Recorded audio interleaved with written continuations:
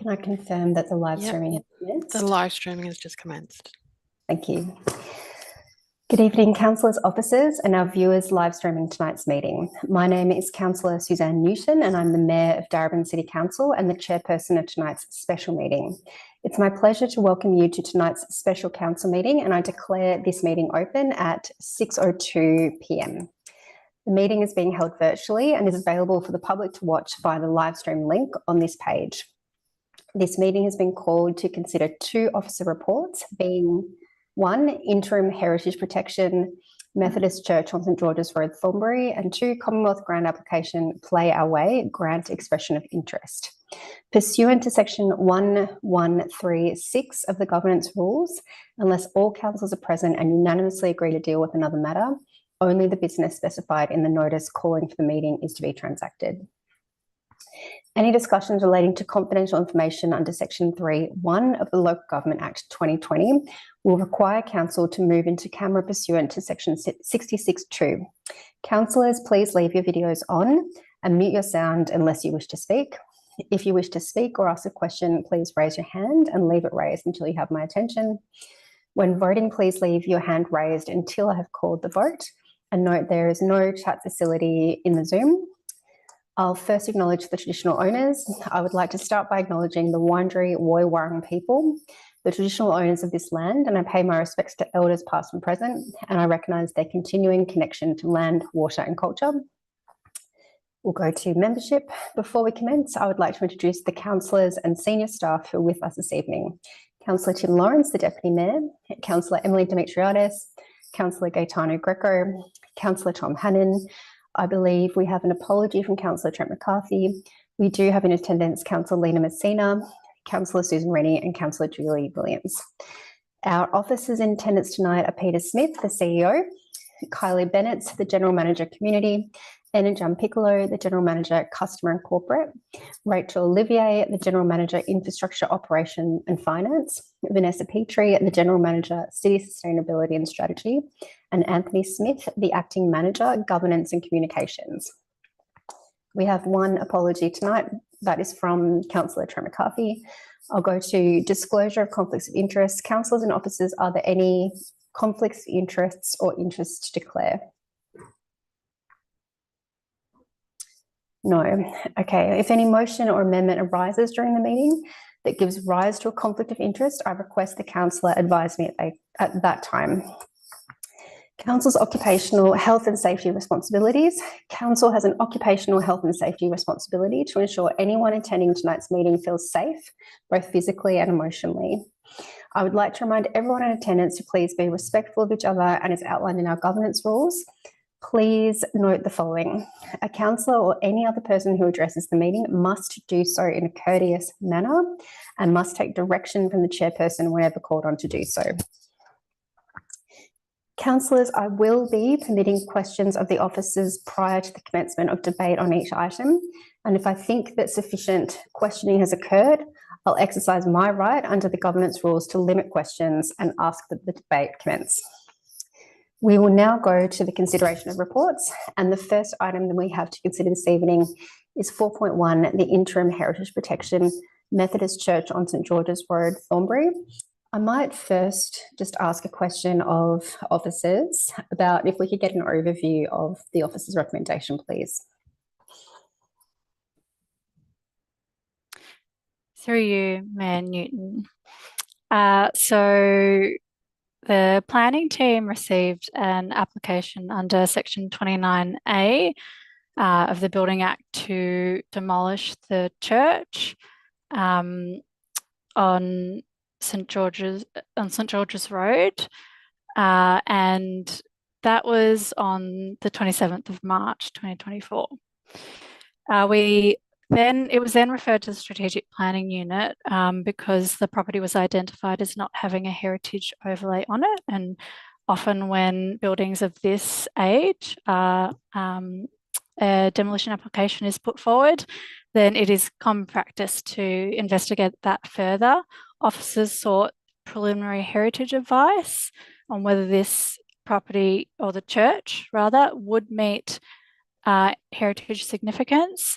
That advice suggested that it was likely to meet heritage significance. Officers then commissioned a detailed heritage advice, which was received on the 15th of April. And that advice confirmed that the church met both criterion A and criterion D and was identified as individually significant heritage property and should be protected by a heritage overlay in the Darebin planning scheme. And hence the recommendation tonight is for Council to consider requesting from the Minister under 20 Part 4 of the Planning and Environment Act an interim heritage overlay. And the purposes of an interim heritage overlay are to protect the church from demolition until such time as a permanent heritage overlay amendment can be considered. Thank you, Stevie. Councillors, are there any other questions of officers before we move to debate?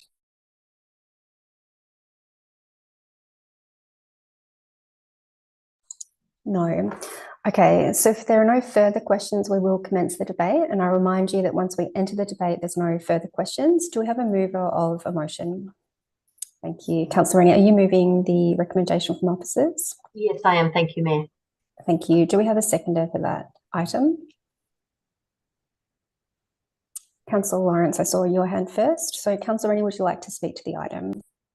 Thank you, Mayor. I fully support this motion, which would request an interim heritage overlay, noting that we can only request an interim heritage overlay if we have the intention of then applying for an ongoing heritage overlay, which is a very sensible approach given the significance of this building, and I think that our community would expect us to protect it. So this is the step that we have to take where we have a demolition application for any premises that doesn't have a heritage overlay.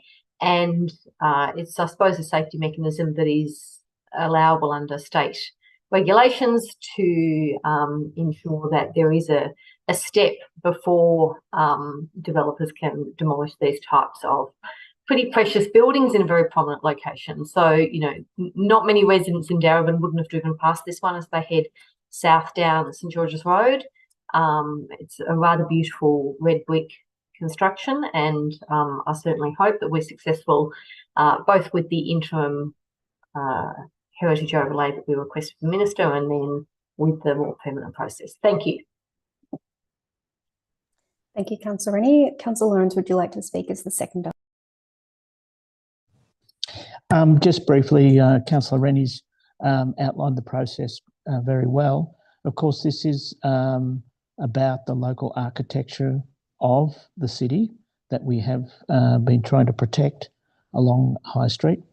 But it's also about a cultural history and the social history of the city to protect these structures.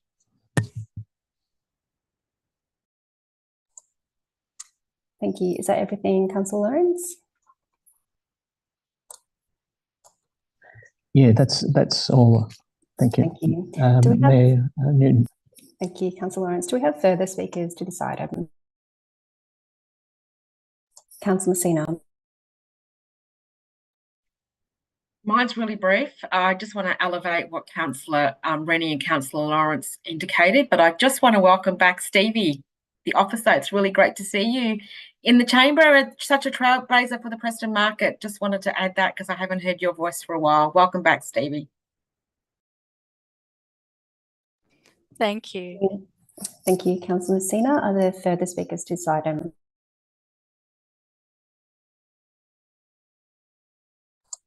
Last opportunity. Have we got any speakers for or against?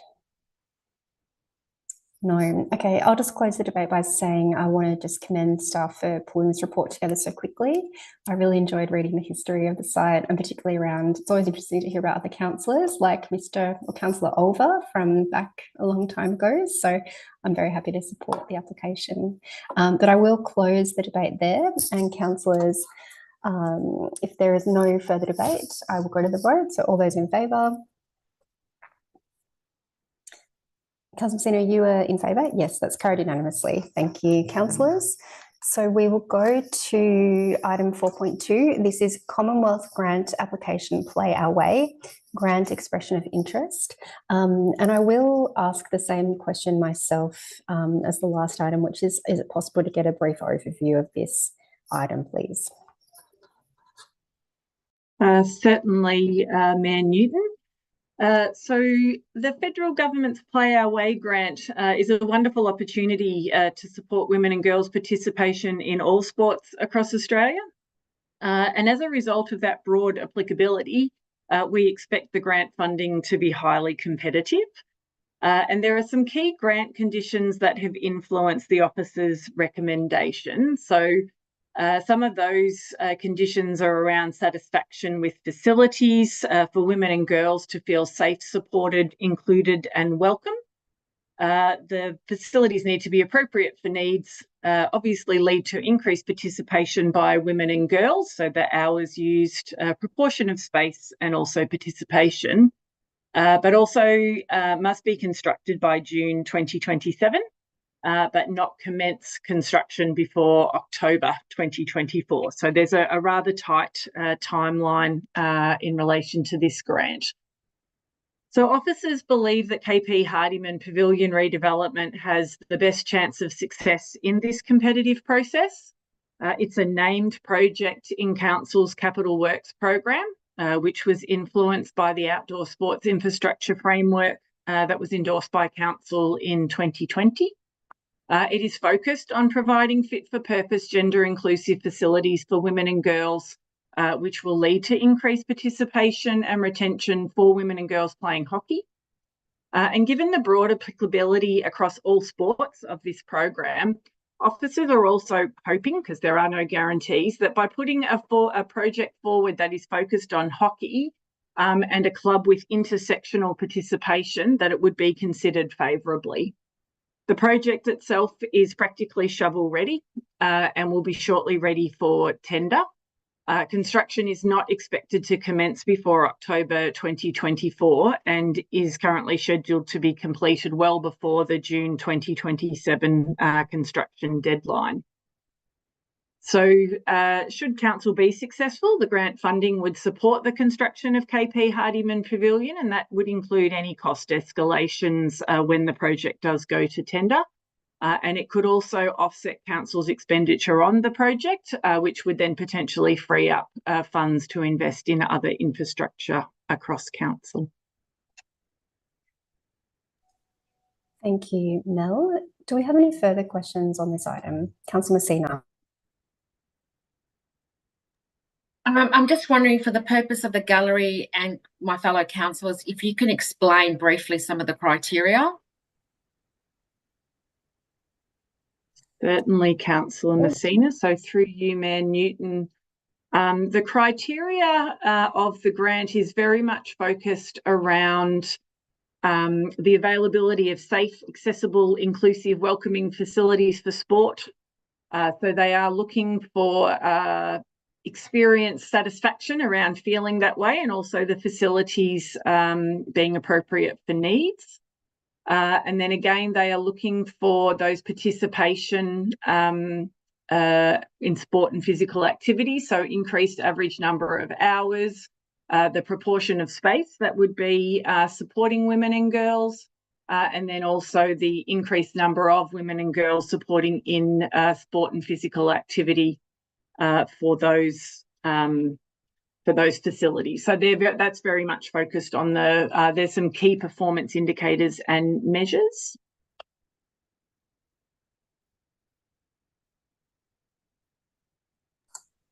Thank you, Mel. Councillor Messina, was that all of your questions? Go ahead. Councillor Griffith, I can see your hand. No, it's not. Sorry, Mayor. Sorry, it wasn't. Sorry, I didn't put my hand up. Just if we can unpack the state and federal funding in terms of the area and the criteria in relation to that, please. Sorry, could you expand that a little? Yeah, could you please, for the purpose of the gallery and my fellow councillors, address the criteria in relation to state and federal grants in terms of the opportunity not to double dip, I think the word might be. Yeah. Absolutely.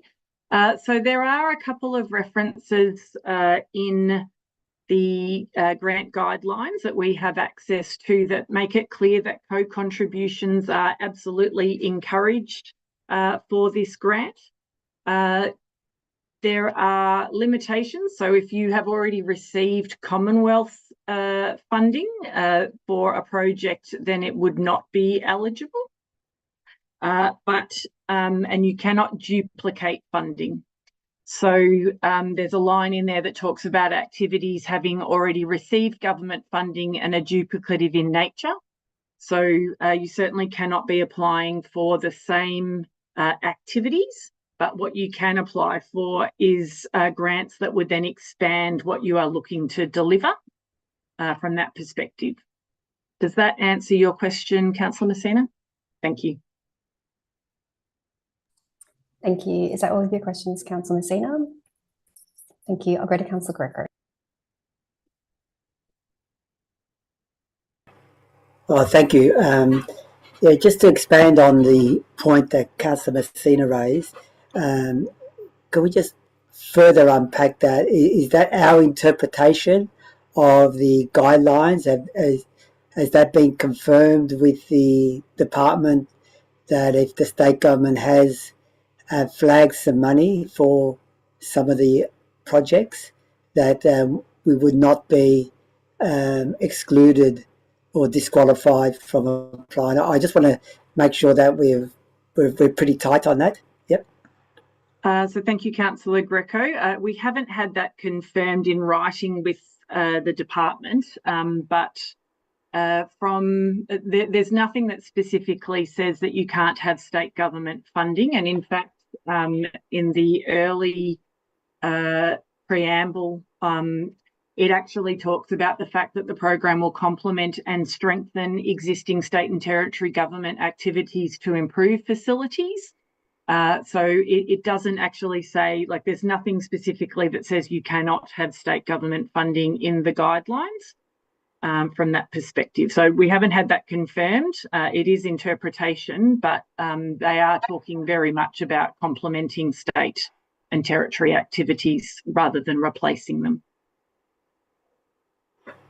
Just if I may, through the Mayor, ask a supplementary question. Would it be worthwhile to get some confirmation in relation to that before the 29th, so that we are absolutely clear that we are, if we are to select a project that has state government funding tagged to it, that we don't unnecessarily or get disqualified? Would it be worthwhile to seek some clarity in regards to that before the funding day closes? Absolutely, Councillor Greco. So we can do that. I think what is good about the officer recommendation for KP Hardiman is that while we have received state government grant funding for the design of the that pavilion, we do not have any grant commitments for the construction of KP Hardiman. So I probably should have mentioned that earlier, and so my apologies. That's actually another reason why KP Hardiman is a desirable project to put forward. But we can absolutely confirm that. Just a follow on from that, would that need to be expressed in the recommendation, or do officers have enough mandate to seek that clarification? I'm very comfortable. I probably can't answer the governance component of that, but I think from an operational perspective, we can absolutely seek confirmation from the government around that. And if I may, just through the Mayor again, just ask a couple of more questions. In considering the projects, 4 projects were put forward as per the report, noting that the completion date for these types of applications is June 2027. Were other projects considered that could be completed by June 2027? Do we know of what other projects could form part of a list for us to consider?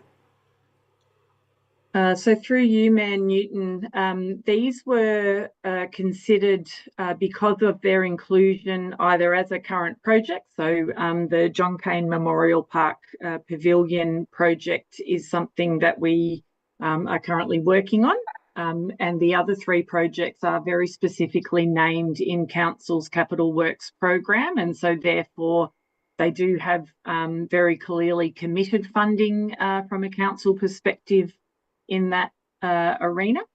So they were, we limited ourselves to that list, partly because there's a fairly quick turnaround from that perspective. And also if there were other projects that were not named in the Capital Works program, there's quite a lot of work that would need to be done before the EOI date closes to be able to submit a meaningful project from that perspective. So our Capital Works program has been influenced by the Outdoor Sports Infrastructure Framework, which is what Council endorsed in 2020. And we have, I think we've spoken previously that we have undertaken another review that is yet to be endorsed by Council, but there weren't a lot of changes, but these four projects are very highly ranked within that outdoor sports infrastructure priority list. Yeah, I just had one or two other things, Mayor Newton, that I just needed clarification on. In relation to the Donath Pavilion, I just wanted to get an understanding, when you apply a socioeconomic disadvantage perspective or lens over the projects, which project, which pavilion would be mostly meet that criteria in terms of socioeconomic disadvantage?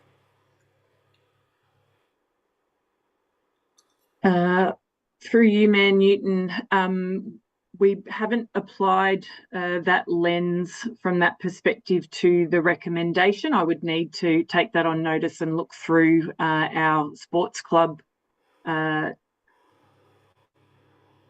participation and membership information. So we don't have that information to hand this evening, unfortunately. But I think that I can say from the KP Hardiman application that it does cover the demographics of socially economically disadvantaged communities. It is in the north of our municipality, and it actually, the intersectionality around people with a disability, people from CALD backgrounds, they do have Aboriginal and Torres Strait Islander players, and we know that from previous grant applications for KP Hardiman. We don't have an application that I can instantly reference for the JC Donath Pavilion and those sports clubs, unfortunately. So my apologies. I can come back to you with that information tomorrow, but that won't help, obviously, the decision tonight. And just finally, through the Mayor, notwithstanding which project we select tonight to go forward as an application, in the event that we are successful in attracting $1.5 million, I would just like to flag, and I understand that the officers have prepared me an amendment, that if we are successful and therefore it frees up $1.5 million worth of capital works, that capital works can be earmarked for the rebuild of the Reservoir Leisure Centre, or go towards the rebuild of the Reservoir Leisure Centre.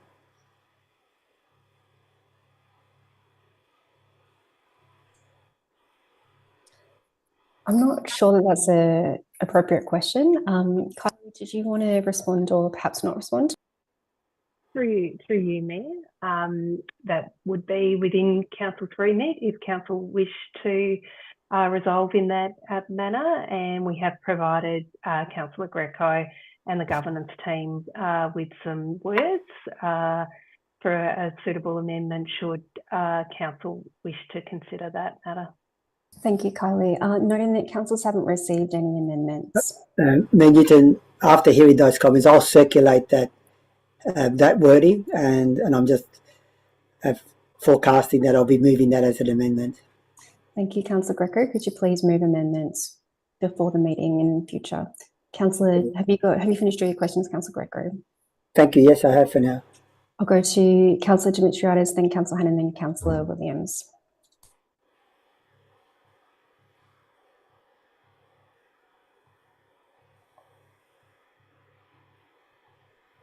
Oh, that's working. Sorry, I just need a bit more clarity around the question that Councillor Messina and Councillor Greco were asking. I mean, we only received this agenda at lunchtime, so it's a bit hard to go through it. So I might not be following exactly what's going on, but it says that the part of the criteria for the grant, because we were looking at this earlier with Councillor Greco, it says that if you've already received government funding, you can't apply for this grant. And I'm assuming that also includes state government as well as federal government grants. Is that correct? Or am I reading this whole thing incorrectly?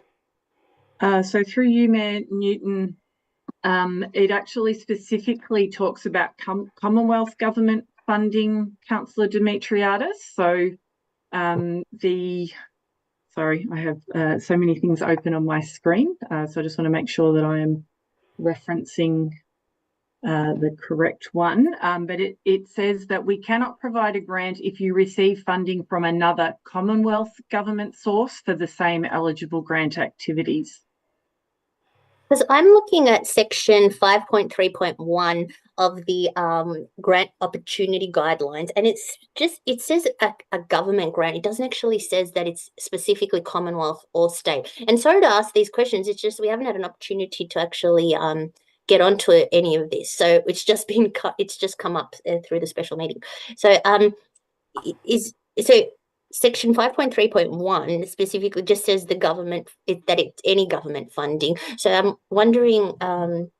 The other thing is I know the mayor actually circulated a letter from the member for Cooper, Jed Carney, and recently I think, and it's clearly said that this program cannot be combined with funds from state government for projects.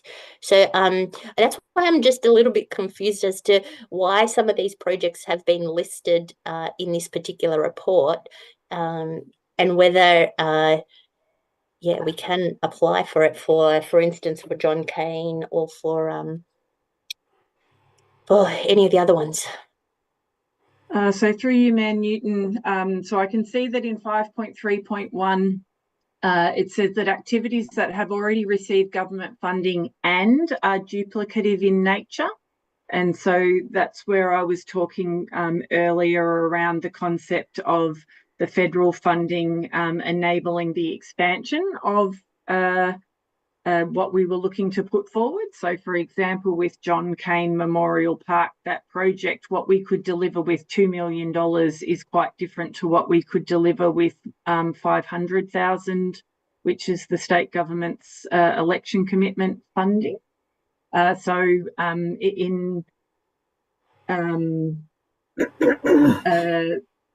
So from that perspective, that's not duplicative. That's actually about delivering more with different funding. While Jed Carney's letter may have talked about that, we are guided very much by the official guidelines that have been released by the Federal Department of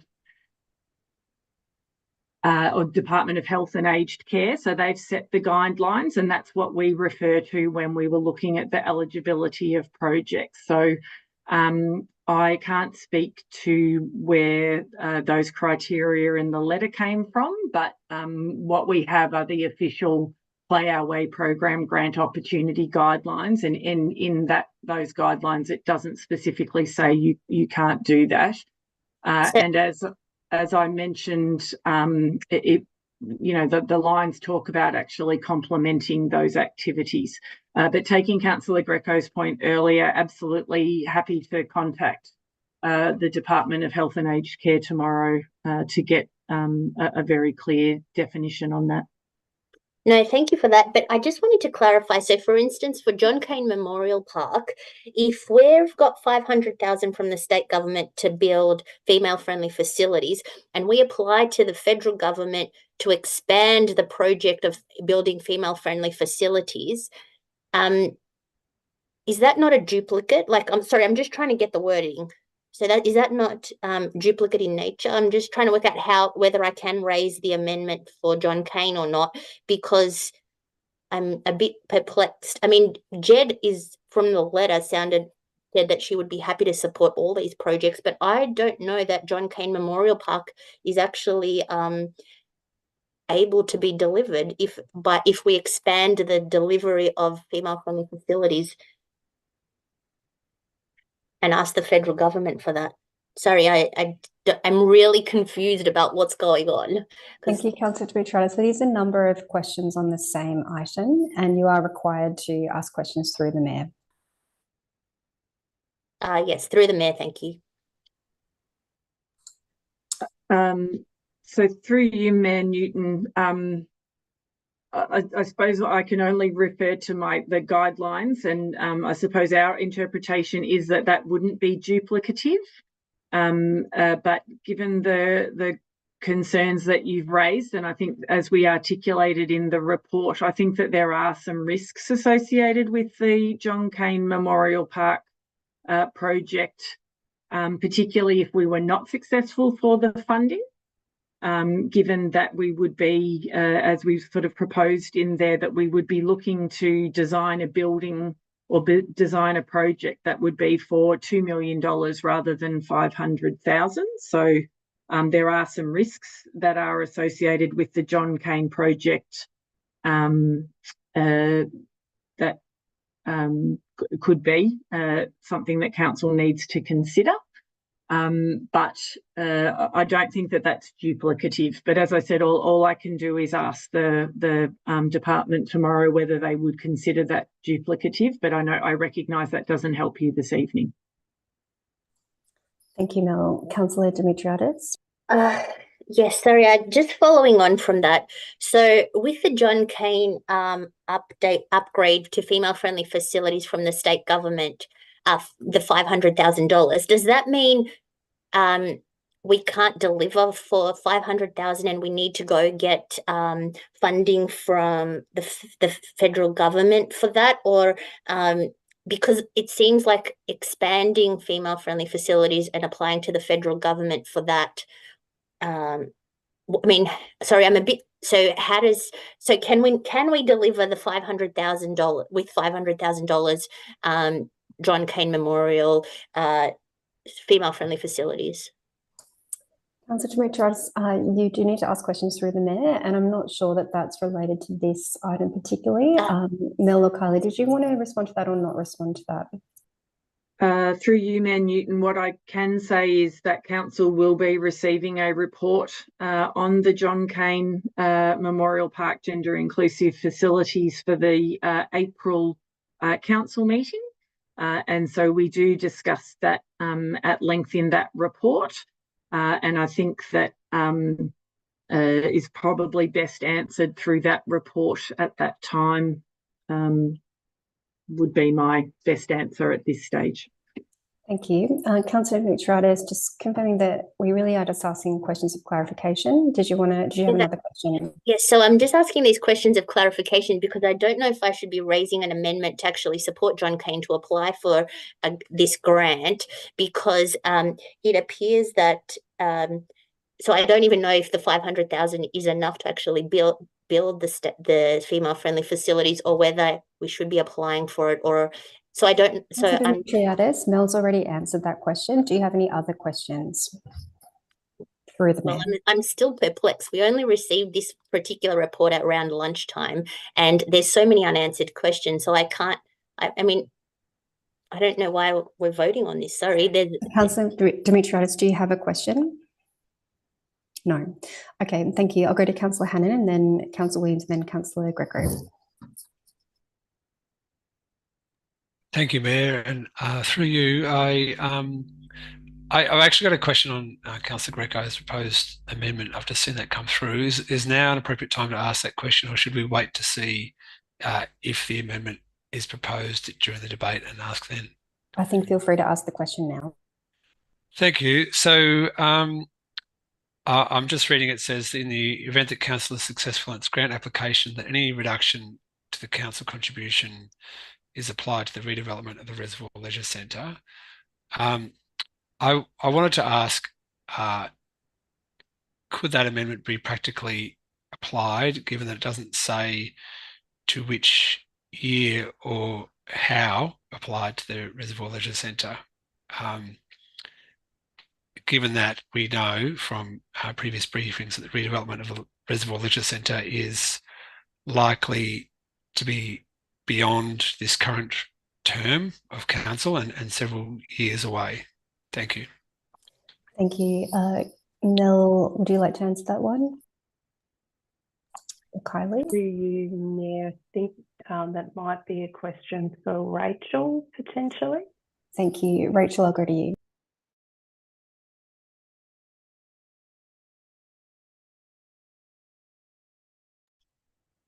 I might assist if I can, Mayor.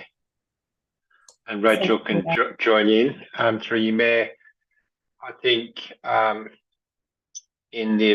think Councillor Greco's amendment is seeking in principle to apply it. I think if we were successful, we would, one way to read the amendment is that we would come back and seek direction from council about how they wish to apply it. For example, could be used for a concept design or put into the future fund.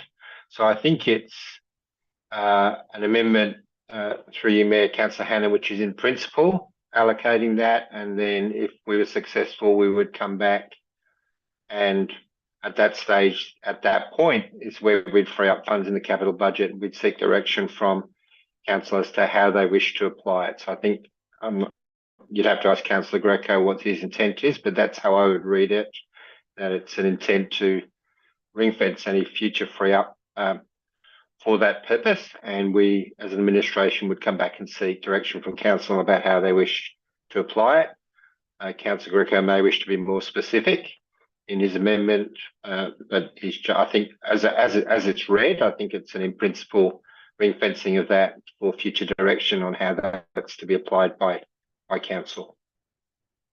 So it's allowable, I believe, Councillor Hannan, in short. Thank you. Councillor Hannan, did you have further questions? No. Councillor Williams, did you have a question?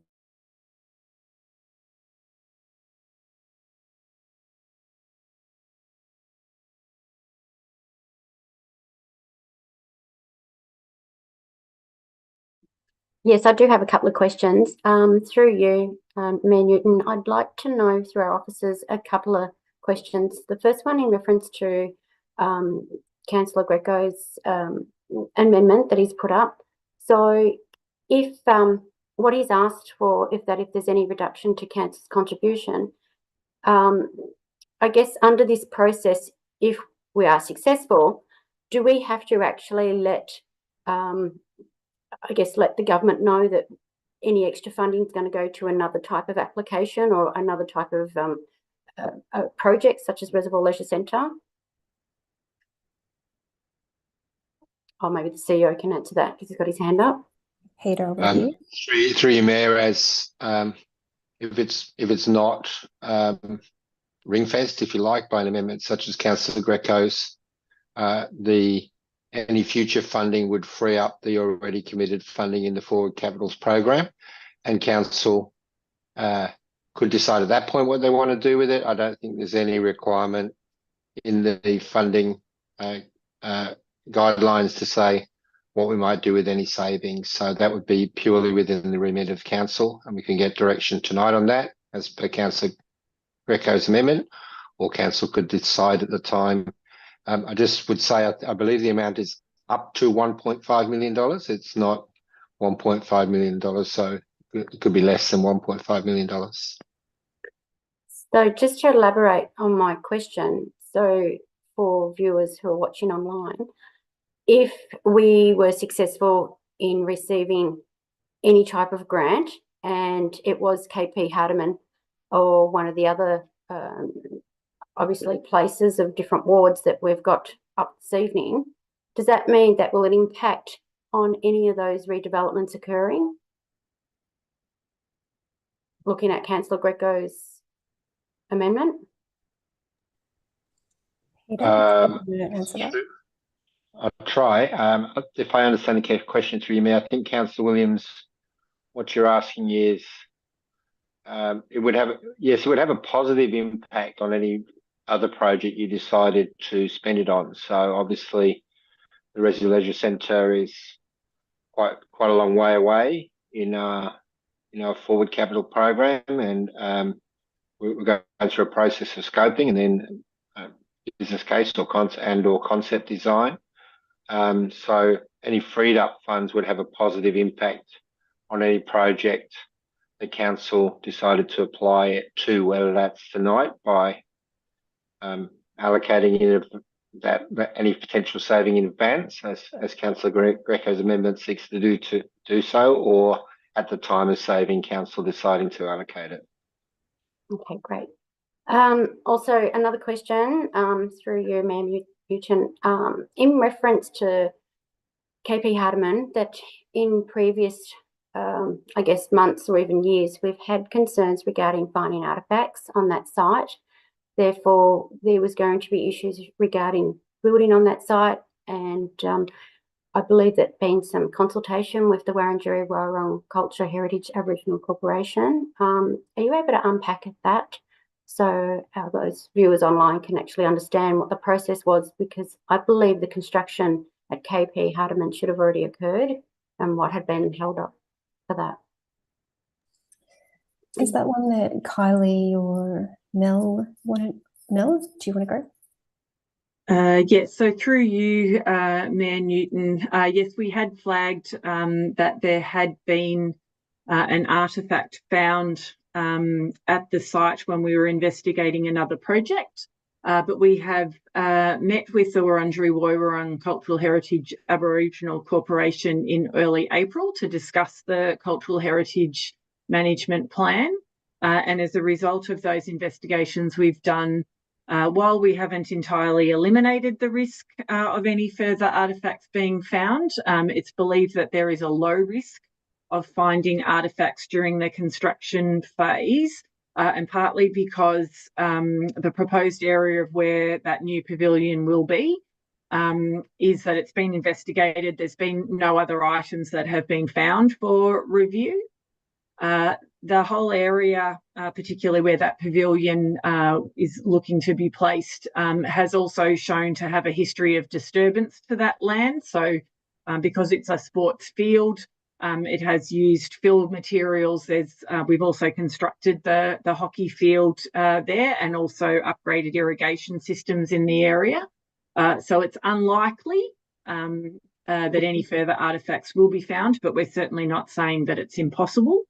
But we have certainly mitigated the risk to officers' satisfaction that won't be an impediment going forward. And we're just working with the Wurundjeri Corporation on how best to progress the construction while engaging them through that process.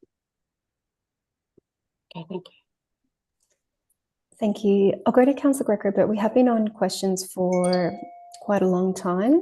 So Councillor Greco, you have asked a number of questions. Did you have perhaps one more question?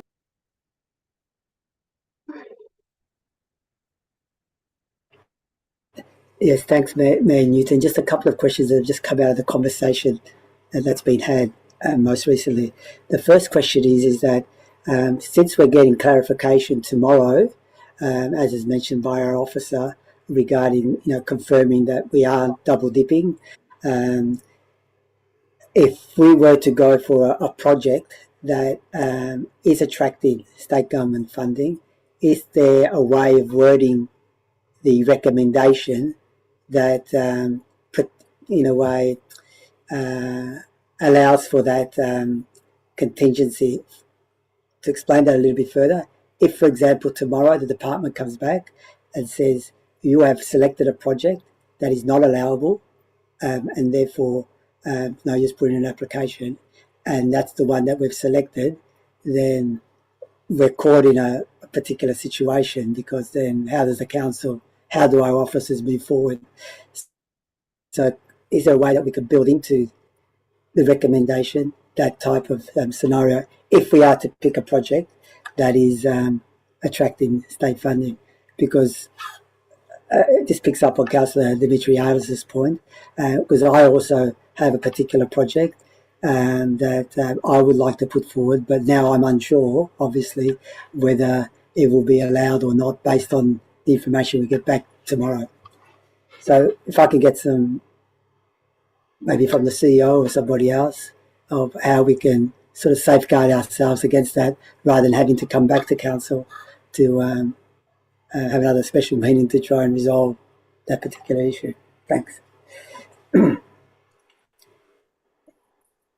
Who would like to respond, Peter? Yeah, to assist through you, Mayor, to assist you, Councillor Greco, and I'd ask Ms Bennett to try and word something up like this and put it on your email. It would be something like a part 6. I know we haven't shared your amendment yet because we haven't got to the point where you can move it, but it would be something like a part 6 that said, in the event that the project nominated in part 4 is ineligible, after double checking with the Commonwealth, then Council authorises the CEO to submit an application for this project. That would be something along those lines, so that we don't have to come back for another special meeting. I hope that assists you, Councillor Greco. I think that's what you were seeking. Yeah, subject to that effect. Thanks. Thank you. Councillor Dimitriadis. Sorry, just with that amendment, does that mean that we'll be voting on 2 projects now? Like, so if one doesn't go through, then there's the other one, or that we'll be applying for? Through you, Mayor, I'd have to see the amendment, but potentially yes. Yes. So in the event that Project A is deemed ineligible after double checking by officers, then Council authorises the CEO to nominate this project.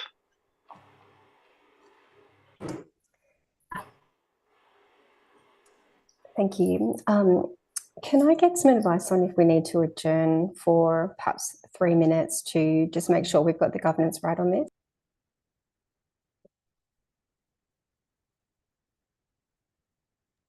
Through you, Mayor, I think we should move to debate and see what amendments are moved, and then if we need to have an adjournment to refine the amendments, we could ask you for that. Thank you. Okay. So councillors, I'm going to have to close questions off there. We have been on questions for quite a long time. So I will go to commence the debate. Do we have a mover of a motion? Councillor Hannan, I saw your hand first. What motion are you moving? Thank you, Mayor. I'd like to move the officer's recommended motion. Thank you. Do we have a seconder for that item? Councillor Williams, thank you. Councillor Hannan, would you like to speak to the item?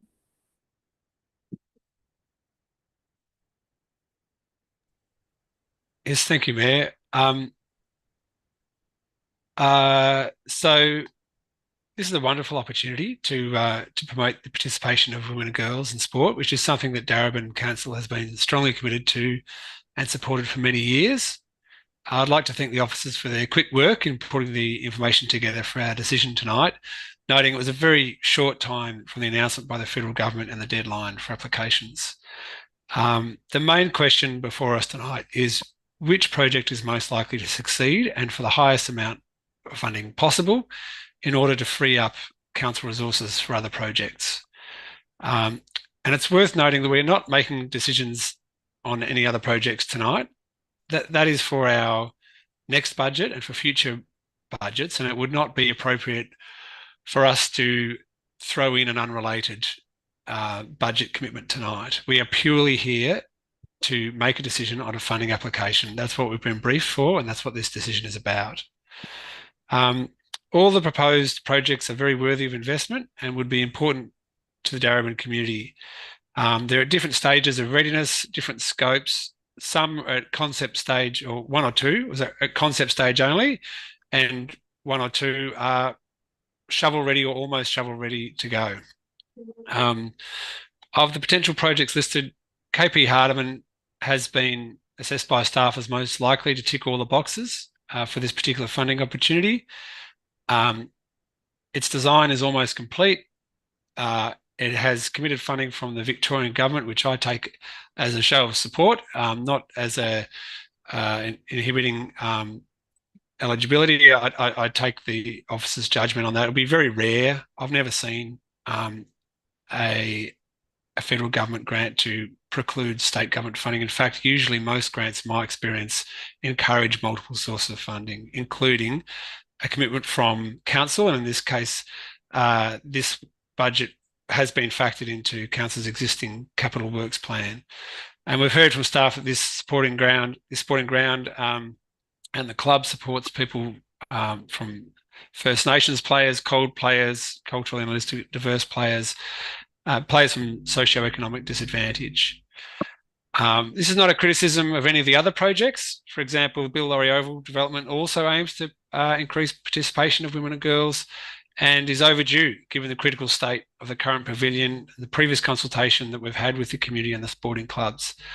Unfortunately, council voted to delay this project last year, and as a consequence, my understanding it doesn't have state government committed funding, although it previously did.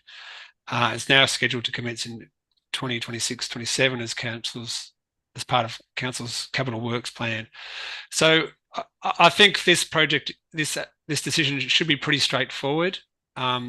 It's not usual that it would come to council to make a decision on a funding application. This one is potentially up to 1.5 million, so I understand why it's come to council. But really, we should rely on our staff's judgment as to which project is most likely to succeed with the highest amount of funding and not really try to second guess it beyond that. So I would encourage councillors to support the recommendation. Thank you. Thank you. I'll go to Councillor Williams, the seconder.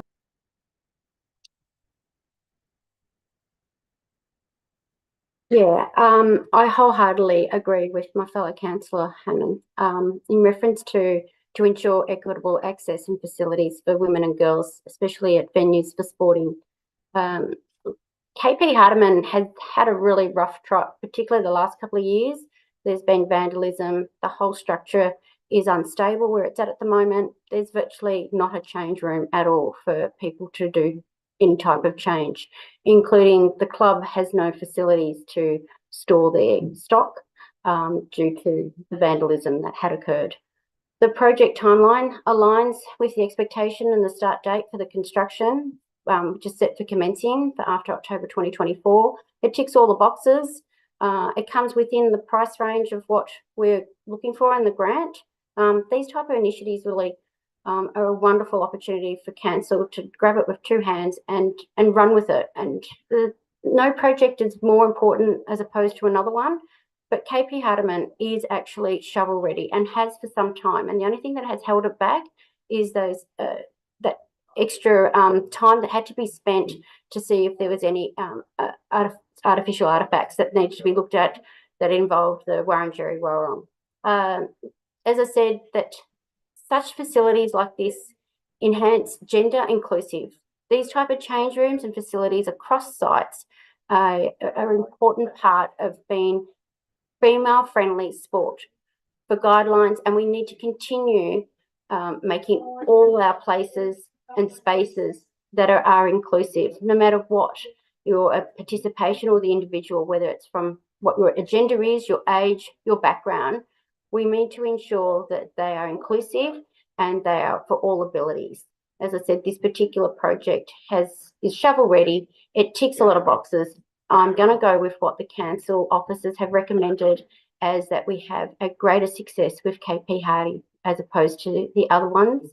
However, they're also on the agenda to be put forward too. So thank you. Thank you, Councillor Williams. Do we have any further speakers on the item? I'll go to Councillor Lawrence. Yes, through you, Mayor Newton. This is an excellent project. I know Councillor Williams has been championing this area and this project for a while. It is in our high priority. We've created a great field there, but KP Hardiman, named after a great man, but a former Preston councillor, is one of our 1950s, 1960s structures, a bit like John Hall, a bit like also East Donath Pavilion. So there's sort of an arc running through there along Darebin Creek and Cheddar Road of very poor infrastructure. It's very embarrassing infrastructure. So this is actually solving some of the gaps that we've had with our own challenges on capital works. I think it's a great opportunity. We need to be nimble. Let's not teach the monkeys how to eat bananas about getting up excuses not to spend above Bell Street. I think we'd be positive about it. We will be having a $30 million capital works going forward, the new councils, and hopefully it grows back to 45 million and 40 million. So this isn't the only opportunities for lifting some of these other projects, both the reservoir pool and also some of those other neglected pavilions. So I think we should be really positive about this and take it as a win for the whole city if we can bring it in. Thank you, Councillor Lawrence. Have we got further speakers to the item? Councillor Messina. Thank you, Mayor.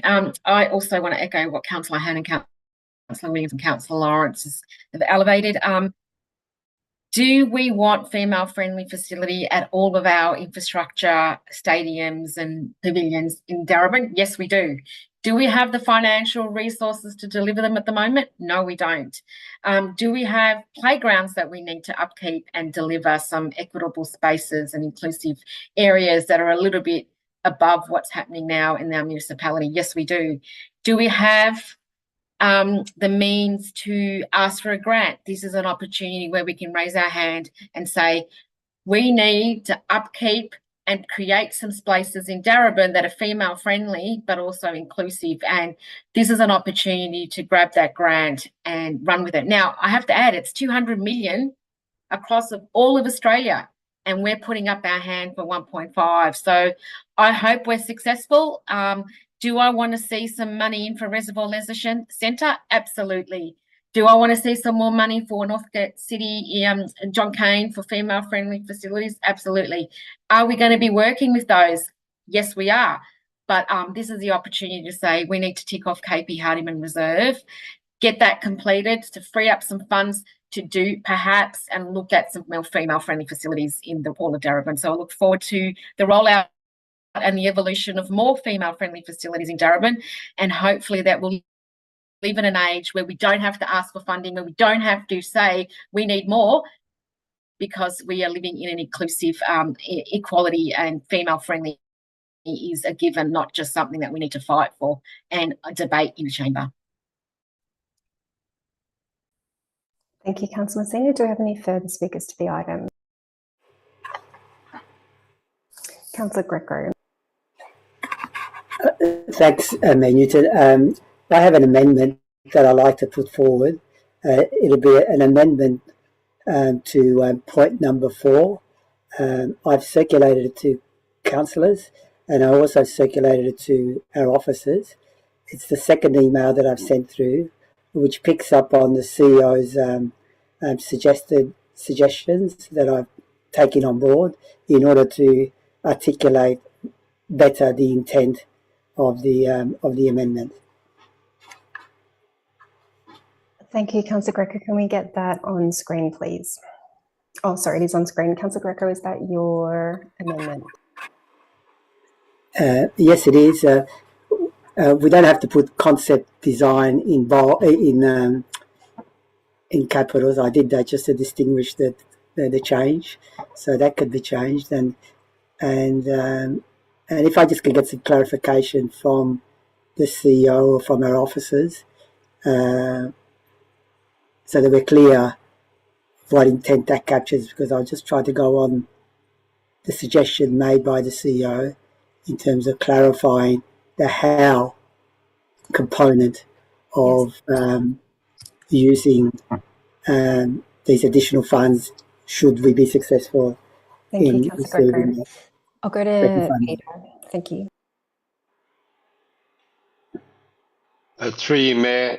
Yeah, I think that makes it clearer, Councillor Greco. I do think though you need to not leave the words insert project there. So I think if you're amending this, you need to put a project in part 4 and part 5. Are you saying that's KP Hardeman as per the office Well, record? yes, I'm happy to go along with the KP Hardeman. Thank you. Just for clarity of direction. Thank you, through you, Mayor. Councillor Hannan is mover and Councillor Williams is second. Do you accept that amendment? No, Mayor, sorry. Thank you. Councillor Greco, do you have a seconder for the amendment? I'm sorry, would anyone like to second the amendment? Councillor Dimitriadis. Okay, Councillor Greco, would you like to speak to the item? Oh, thank you, Mayor Newton. Look, this is it's welcoming that we can actually apply for $1.5 million. And it's really a difficult choice between the 4 projects because they are all worthy projects. Personally, I would have favoured the Doneth Pavilion, but I understand that that's in the budget for next year. So that will take place with using council money. Why I would have been in favour of Doneth, because even though we didn't get the information tonight, but I believe that from a socioeconomic perspective, the need would be higher there. And my reading of the guidelines is that it actually is an important component of or criteria to apply for the money. But again, it's really hard because you don't want different pavilions to be competing with one another, because the overall importance of getting female-friendly sporting pavilions happening is critical for our city, and also critical to increase the participation rate of females in sport. The fifth part of my amendment, and I want to speak specifically to that, is that basically if we are to be successful, it'll free up $1.5 million, and it will be opportune, as we've discussed before, because we're a bit cash strapped, that we could use that money to actually go down the path of realising into the future the Reservoir Leisure Centre. As we know, there are different stages of realising the Reservoir Leisure Centre, which I acknowledge is some way away, but it'll be good to actually start building cash stock money in order to get those preliminary planning components up, ready, done, and by setting aside hopefully the $1.5 million to specifically do the concept plan, which will come out of the scoping study that is currently being done. So the timing could be good on this, so that we could actually then move to the next phase and not have to actually scrape around to find money for the concept design. Again, it's uncertain. It's highly uncertain. We don't know whether this money will be coming, whether we're going to be successful, and when we'll be successful, and when the money will be available. But it'd be good to put this in the on the radar and in the if you like in the pipeline, so that we're actually making all attempts possible to ensure that we realise the rebuilding of the Reservoir Leisure Centre. Thank you.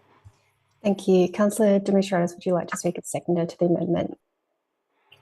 I'll reserve my right. Thank you, Mayor. Thank you. Would anyone like to speak in opposition to the amendment?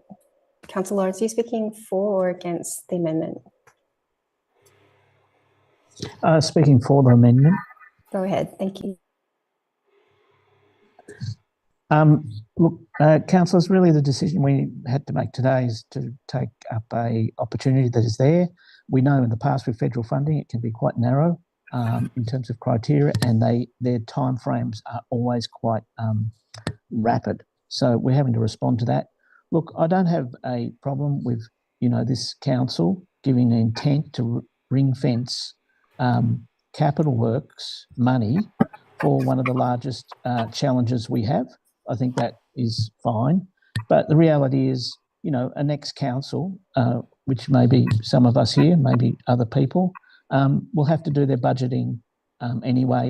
And it's a bit like pouring an extra litre of water into a 5-litre soup. It's going to be there in the capital works. But, you know, I'm happy to support Councillor Greco in sending that message to future council. Thank you, Councillor Greco. Are there any speakers in opposition to this item? Councillor Messina? Sorry, Mayor, may I ask a question? I know we've entered into debate, but will you allow me to ask a question, please? What's the question? The question is, and it just occurred to me, when if we are successful with the grant, when will we have advice from the Minister or from the federal government? I don't think that's relevant to this amendment, but it is relevant to my raising my hand, Mayor. How is it relevant to the amendment? Because that's important for my decision making. Okay. Would anyone like to respond? Do we have any indication of when we might find out about funding? So through you, Mayor Newton, I think I outlined in the paper it's a two-step process, and so the outcomes of the EOI process would be are currently, so there's an indicative timeframe, just to be clear. So we would expect to have an outcome from the EOI process in approximately mid-June, but by my calculations. We would then, should we be invited to submit further information to the stage 2, we would need to do that, it looks like, by the end of August. And then there's another 6 to 10 weeks before we would find out. So in my calculations, that makes it somewhere into September before we would find out if we were, my math might be a bit off, sorry. So I'm going to go with September-ish. That would be when the approval of the outcomes from that selection process would come through. And it would be, they would be awarded in that time frame. The anticipated start date of grant activity indicated in the guidelines is October 2024. So you would definitely know before then if you were in the stage 2. And sorry, it's they've used weeks instead of dates, Councillor Messina, in the application or in the guidelines. So it's quick math going on there. Thank you, Mel. Councillor Messina, did you want to speak to the amendment? No. Does anyone else want to speak to the amendment? Councillor Hannan. Thank you, Mayor. So as I mentioned earlier, I don't believe this is the place to be making these kind of budget decisions. The decision tonight is purely about applying for a funding application. The amendment that we have before us tonight, it was not part of a briefing. There's no information that's been made available to the public about it. It's not part of an assessment about what is the best way to fund Reservoir Leisure Centre. We don't know how much money there will be. It could be from $0 to $1.5 million. There's a number of questions. We don't know how much money there's going to be. We don't know when the concept design will occur. It could be years away, in which case whatever amount is reserved is basically sitting there and not able to be used for another purpose. And it's overly restrictive. So it says only concept design. What if we receive other funds for concept design? Again, we're tying ourselves unnecessarily with such an amendment. None of this should be taken as a lack of support, by the way, for redevelopment at Reservoir Leisure Centre. Council is committed to this. We know as part of our long-term financial plan that we will commit to building up a future fund for this kind of development. And the point of doing that is it's flexible and it can be used as required rather than a small, relatively small in the amount for a particular purpose. Councillors, this is an amendment which has literally been developed in the course of this meeting with no previous discussion with other councillors or staff. It's the type of amendment which has got us in trouble in the past. We have a duty to practice good governance and effective financial management on behalf of ratepayers of Darebin, and need to be very careful not to be seen to be acting for any particular agenda. So I think this amendment is unnecessary, and I would encourage councillors just to go with the officer's recommendation. Thank you. Thank you, Councillor Hannan. Have I got further speakers to the amendment? Councillor Messina. Thank you, Mayor. I have thought about it, and do I think I'm concerned that this debate is going to be about Reservoir Leisure Centre versus other infrastructure programs. This is not what this is about. I'm voting against the amendment. It's something that I want to do, but we need money for our playgrounds. We need money for other female-friendly sites, other soccer clubs, other football, other cricket grounds, other pavilions that need female-friendly facilities. If we were successful with that grant, I would like to see funds put into playgrounds, funds put into tree canopies at playgrounds. We have playgrounds that are debilitated, that children will not go onto. We do need to rebuild Reservoir Leisure Centre, but we need to divert those fundings, if we're successful with the grant, to rebuild our play centres, to rebuild female-friendly facilities, even if it's internal amenities. We've got a lot of clubs in Darebin that do not have female-friendly facilities, and we need to develop the infrastructure. There are girls waiting. There are girls waiting to play or have to change in a room where they're going to feel safe, not in their motor vehicles, not in their parents' vehicles. We need to change internal amenities at a lot of our pavilions because there are people waiting for that, and they've been waiting a long time. There are some in Keon Park that have been waiting a long time. Do we need to rebuild Reservoir Leisure Centre? Absolutely.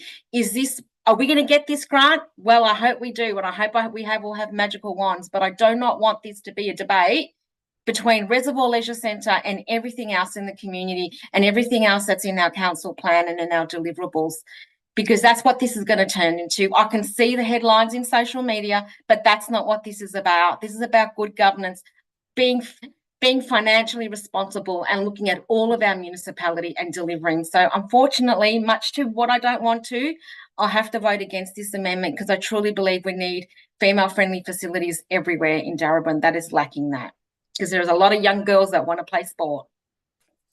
Thank you, Councillor Messina. So are there any further speakers to the item?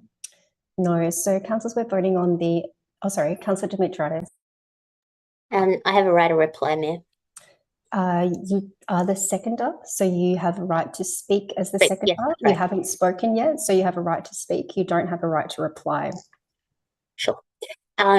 So basically, I actually agree with Councillor Messina. We do need a lot of female-friendly facilities in the municipality. It's really important. They are in need, and we do need to get these projects up and running because our community is suffering. Our young women and girls are being deterred from playing sport because we don't have the right facilities to actually deliver and allow them to play sport safely.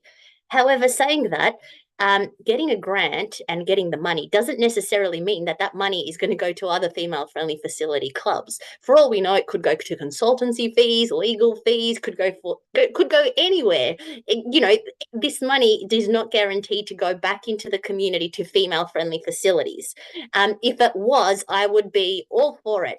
So, and one of the big projects that we are really need to do is redevelop Reservoir Leisure Centre, not refurbish it, not none of this little. It needs to be completely redeveloped, just like NARC was, and that's a big asset for the community. So I will be supporting this amendment because it allows us to ensure that Reservoir Leisure Centre will be coming up to be redeveloped at a time when the funds are available. This is just for the concept plan. And plus, it probably won't even be the if we do get, for instance, the whole 1.5 million, I'm pretty sure that whole 1.5 million will not be going all to a concept plan. However, it does guarantee that a Reservoir Leisure Centre will be on the agenda for it to be redeveloped, because we need to get on with the project of rebuilding Reservoir Leisure Centre. Thank you, Councillor Dimitriadis. So we'll go to the vote on the amendment. All those in favour? That is Councillor Lawrence, Councillor Williams, Councillor Dimitriadis, Councillor Greco. All those against? That's Councillor Messina, Councillor Newton, Councillor Rennie and Councillor Hannan. That is a tie. I have casting vote and I will have the same vote. So that amendment has been lost. Are there any further speakers on the substantive item? No. Okay, councillors will go to the vote on the substantive item. All those in favour? That is carried unanimously. Thank you, councillors. So I'll just close off the meeting. 5 urgent business or any items of urgent business? No. Okay, so we're now at 6, close of meeting. As there is no other business to consider this evening, I would like to declare the council meeting closed at 7:17 p.m. Thank you everyone for attending on short notice and have a lovely night. Thank you. Thanks, Mayor. Thanks, team. No, councillors. Bye.